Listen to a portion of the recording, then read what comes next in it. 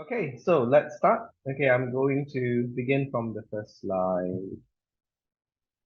So today we are mainly looking at answering true/false questions in the primary three context, and that would be just writing true or false without needing to provide any reasons. So that would be the format for lower primary. And of course, we'll be going through some other exercises as well. So we'll begin with grammar practice and then comprehension MCQ and lastly comprehension open-ended, and this will be the part where we will discuss true-false questions for English in P3. Let's go. So for the first one over here, we require a punctuation mark. So if you look at the structure of the sentence over here, right, it says, in the beginning, it says, Janet's room was in a mess. There was a pile of dirty clothes on the floor, and her books were lying everywhere. So, in this case, all right, you know, pile of dirty clothes, her books were lying everywhere, normally you would put a full stop over here because like in the previous part, right, it's a full stop. And over here, it's just a statement about how the room actually looks. Technically, over here, you could use an exclamation mark as well to show shock that her room was so untidy, right?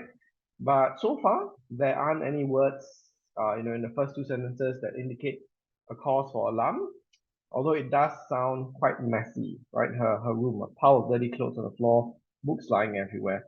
But in this case, we'll just use C over here, right? There'll be a full stop. So, and her books were lying everywhere, full stop. So it's like a statement about how her room was, right? And you would only use an exclamation mark like for question number 2 because of this word over here, right? It actually says that her mom came into her room and her mom exclaimed. So that means, it's something that is loud. So we would put a full stop at the back of that. So for question 1, the answer is C, full stop. And like what I said for number 2, all right, it must be an exclamation mark because in the passage, it actually says she exclaimed. Janet, tidy up your room now, right? And the now here is accentuated by an exclamation mark to show how loud she actually spoke.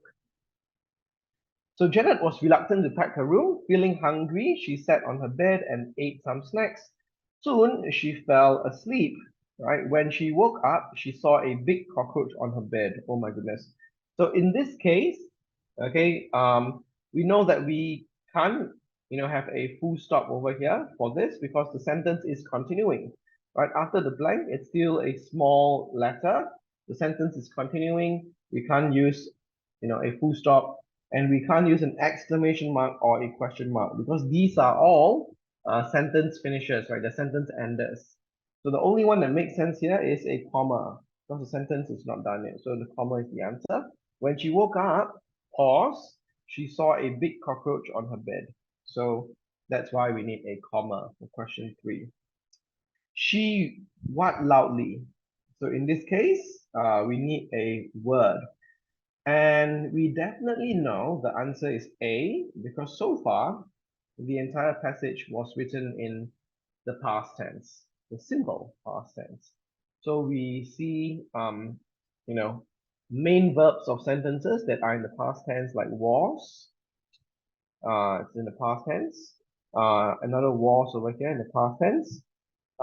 Came, right? That's in the past, simple past tense. Exclaimed with an ed behind. It's a simple past tense. Once again, with the was over here, simple past tense. Sat, right? Simple past tense. Fell asleep. So fell over here, simple past tense. Woke, simple past tense. Yada yada yada. And so for number 4, we definitely need the simple past tense. Scream with an ed. So the answer here is A. All right, number 4, answer is A. She screamed loudly and dashed out of her room. Janet apologized. All right. How did she apologize? So in this case, we have the verb here already. We know it's a verb because of ed behind. So this is a verb, right? So the next answer here must be an adverb, right? That describes the verb apologize. So how did she apologize? She apologized profusely, right? We know that adverbs have the ly behind. So we choose this profusely, right? So like we can ask, oh, how did she smile? Oh, she smiled brightly with an ly behind, right? Um, if you were to see, if someone were to be telling you a story about how their friend jumped off a slide, maybe. So you might ask, oh, how did he jump off the slide? It was so tall. I mean, it was so high up, right? So that person might say, um, he jumped off the slide bravely and then broke his leg, maybe. So bravely, right? Jumped off bravely with ly. So question 5, the answer is C. Okay, with the ly behind because it's an adverb. Okay, so that covers the grammar practice. And if we continue reading the story, Janet apologized profusely for not listening to her mother. She promised her mother that she would keep her room clean and tidy. Yeah, and she only did that after she got a rude shock, right? When she woke up and saw a big cockroach on her bed, feasting on the, no doubt, the crumbs of the snacks that she was previously eating on her bed. Yeah, so that's the grammar practice. Okay, so we have the answers here. C-A-B-A-C, right? From the front. C, this one is A, right? B, A, C. Okay, now another grammar practice over here. This time it's not picking answers from an MCQ selection. This time you have to pick the left or the right one. So there's only like 2 options per blank. So this is much easier. So in your exams, you will get one of these grammar clues. And since there are less choices, you only have 2 choices, whereas compared to 4, I think this is easier. So many years ago, there lived an emperor who loved buying new clothes. Sounds familiar, doesn't it? The story, the emperor's new clothes, no doubt. 2 tricksters heard about the emperor or the emperor's bad habit. And since, the bad habit belongs to the emperor, this must be the answer with the apostrophe S here. Because the bad habit belongs to the emperor, right? The emperor's bad habits. They decided to pretend that they, and the answer must be were here, because they is plural, isn't it? Excuse me. So they were, yeah? To pretend that they were great tailors who could make the finest cloth anyone could imagine. Um, the emperor soon heard about them and immediately invited them at or to. So you invite people to your house. The emperor invited them to his huge palace, which is basically his house, right? So if we use to over here, because to is the only preposition that makes sense. You invite people to your place. In this case, his place is a huge palace. They tell or they told him that they would make him a special invisible robe. Definitely the answer is told, because the passage so far has been written in the simple past tense. So past tense of tell is told over here. So we need to use the past tense form. How do we know? Because, if you look at the whatever we've read so far, it's all in the past tense, right? Simple past. So this is simple past tense. Heard, right? Invited, is simple past tense. We can even see that in the first paragraph. Lived, simple past tense. Heard, simple past tense. Decided, simple past tense. Were by itself, also simple past tense. So on and so forth. Okay. So they told him that they would make him a special invisible robe, which could only be seen by smart people. A few days later, the tricksters brought the special robe to the emperor. Blank, oh no, I can't see it. So what punctuation mark should we pick here? Definitely the open inverted commas, right? So, oh no, right? Oh no, I can't see it. What should I do? With a question mark, we need to ask, right? What should I do? That's a question.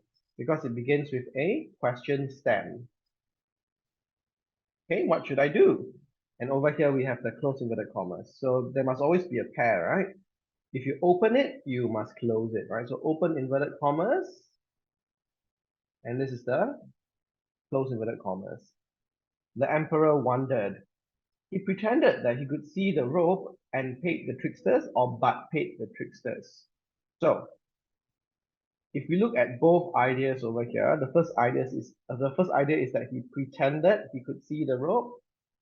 So if he did that, which meant that the tricksters had done their job for the emperor, right? For the emperor.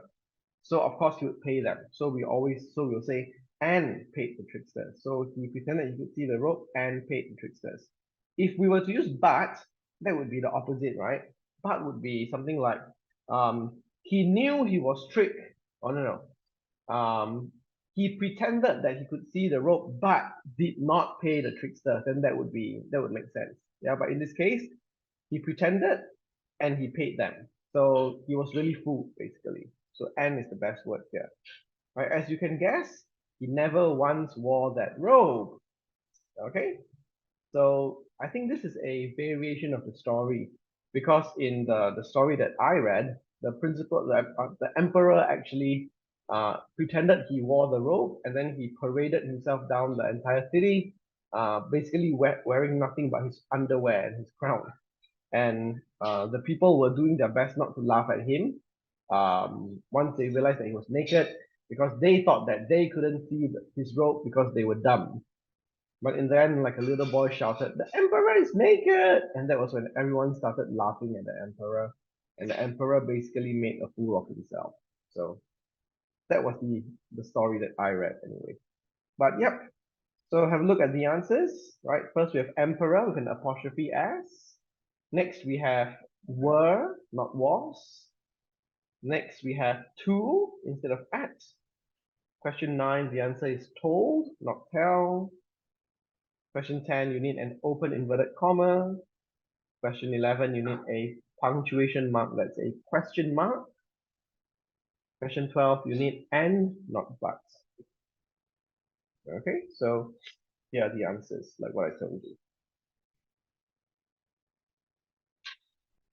Okay, moving on to Comprehension MCQ.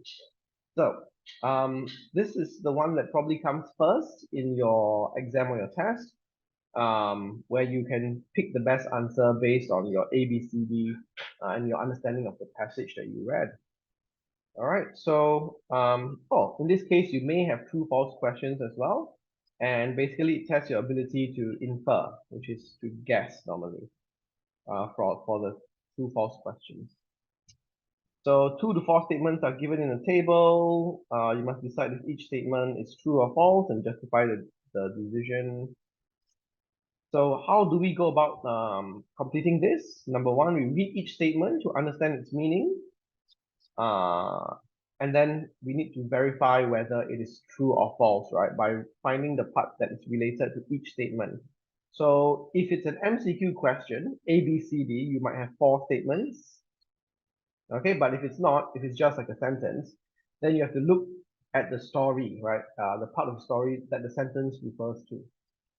And then in the end, after you have selected true or false, right? Normally that's the end for P2, P3. Sometimes though, your teacher might ask you for the reason, and that will be more advanced. You should begin questions like that in P4 actually. But it's always good to prepare in advance. So, for example, this one over here, right? We need to write whether it's true or false, and then we need to give the reason. So when we give the reason, we don't need to copy the words exactly from the passage, as long as it has the same meaning. So in this case, we see that Mrs. Tan marked the class attendance immediately after morning assembly ended. She felt relieved that none of her students were absent that morning. She would be able to administer the class quiz during English period that day without having to repeat it on another day for the absentees. So the sentence here is, absent students could take the class quiz on the same day. So is that true or false? it's actually false.